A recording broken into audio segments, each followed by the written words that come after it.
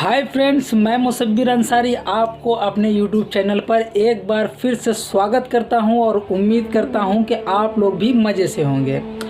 उतने दिन के बाद आज मुझे मिल ही गया कि मैं बीवी पर कुछ कहानी आप लोगों को सुनाऊं।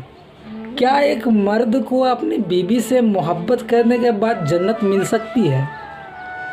ये सोचने वाली बात होगी।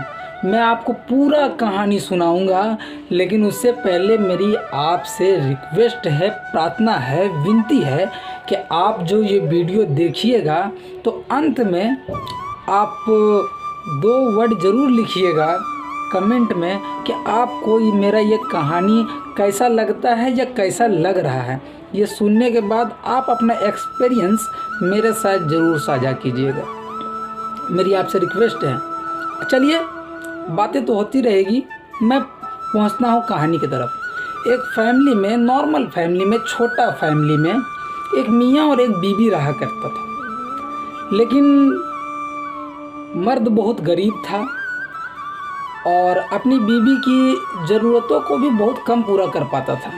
अमीर वाले कहानी तो आप लोग बहुत सुनते हैं, आज सुनिए गरीब वाला कहानी, बड़ा मज़ा आने वाला है। तो वो मर्द बेचारा दिन भर का थका हारा शाम में घर आता था और अपने बीवी के लिए कुछ ना कुछ लेके आया करता था। हर रोज़ उसके घर में एक ही सब्जी बनती थी जिसका नाम है आलू।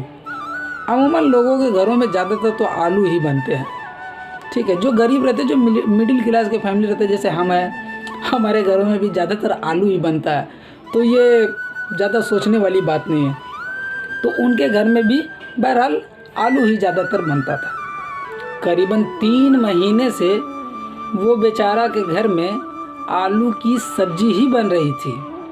आलू खा खा के तो ऐसा लग रहा था कि वो खुद आलू जैसा होते जा रहा है।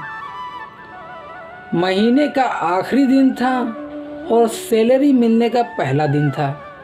सैलरी उठाते ही मर्द का जात सोचा, आज मैं अपने घर में गोश्त बनाऊंगा और दोनों मियाँ बीवी बैठ के बड़ा मज़े से खाएंगे। खैर, ये तो सभी के फैमिली में होता है, सभी लोग सोचते हैं। अब वो बेचारा गोश्त लिया मुर्गे का और अपना घर आया और बीवी को बोला कि चलो बेगम साहबा, आज हम लोग आलू की सब्ज़ी नहीं बल्कि आज चिकन खाएंगे, चिकन बनाते हैं। महीने भर की कमाई और एक चिकन 1 किलो का लेके आया और बीवी को बोला बनाइए। बीवी बनाना चालू की, लेकिन बातों बातों में ही बीवी और शौहर का मोहब्बत वाली बातों में ही बीवी से एक गलती हो गया। वो हुआ यूँ कि उनके हाथों से नमक एक चुटकी के जगह में कुछ ज़्यादा ही डला गया। अब नमक डलाना था कि खाने में जो मज़ा था वो गड़बड़ हो गया, पूरा बेकार हो गया, पूरा बर्बाद हो गया। अब वो मर्द का जात, अब उसका खाना ही बर्बाद नहीं हुआ, उसे लगने लगा कि मेरा ज़िंदगी ही बर्बाद हो गई। तो बीवी भी जब टेस्ट की तो अब बीवी को डर हो गया कि कहीं मेरा शौहर ये गुस्से को बर्दाश्त न कर पाए और मेरे पर हाथ ना उठा दे।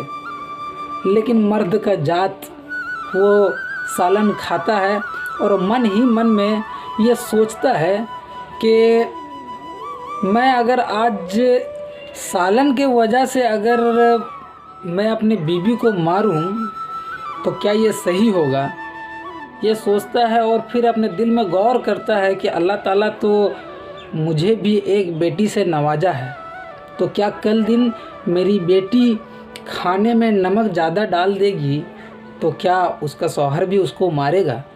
ये बात सोचकर ये सब्र करता है और जब बीवी पूछती है कि आपको मेरा खाना कैसा लगा, तो शौहर खुशी खुशी कहता है कि बेगम साहबा, आपका खाना तो बड़ा लजीज था, नमक थोड़ा ज़्यादा हो गया था, लेकिन अगले बार जब मैं सालन लाऊंगा तो आप अच्छे से बनाना।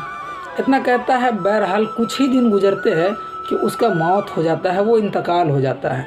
अब इंतकाल तो हो जाता है, लेकिन जब उनसे सवाल व जवाब का सिलसिला जब शुरू होता है तो अल्लाह ताला की तरफ से जो फरिश्ते आते हैं वो कहते हैं कि तुम्हें से कोई भी सवाल नहीं किया जाएगा और तुम जन्नत में जा सकते हो। तो उसने कहा कि ऐसा क्या कर दिया मैंने जो मुझे जन्नत मिल रहा है? तो बोले तुम अपने ज़िंदगी में तो बहुत सारे गुनाह किए, लेकिन तुम्हारी एक अदा अल्लाह ताला को बहुत पसंद आया। वो था हुस्न इखलाक जो तुम अपने बीवी के साथ देखा है। जिस दिन तुम्हारे खाने में नमक ज़्यादा हो गया और तुम्हारी कमाई का वो पहला ऐसा हिस्सा था जो महीने के आखिरी में और महीने के शुरुआत में जो तुम उठाया करते हैं वो पैसा था, और तुम खुशी खुशी अपने बीवी को माफ़ कर दिया। ये बात अल्लाह ताला को बहुत पसंद आया और तुम्हें जन्नत दे रहा है। तो कहने का मकसद मेरा ये है कि हदीस शरीफ में भी एक जगह आया है कि तुम में से सबसे बेहतर वो इंसान है जो अपने फैमिली, अपने परिवार से अच्छा हुस्न इखलाक रखता हो। तो कैसा लगा मेरे दोस्तों ये वीडियो? अगर आपको पसंद आता है तो कमेंट के माध्यम से बताइएगा, और कोई नए लोग देख रहे हैं तो हाँ सब्सक्राइब ज़रूर कीजिएगा। मेरी मेहनत लगती है यार, अगर थोड़ी बहुत भूल चूक होती है तो माफ़ी चाहता हूँ। थैंक फॉर वाचिंग, और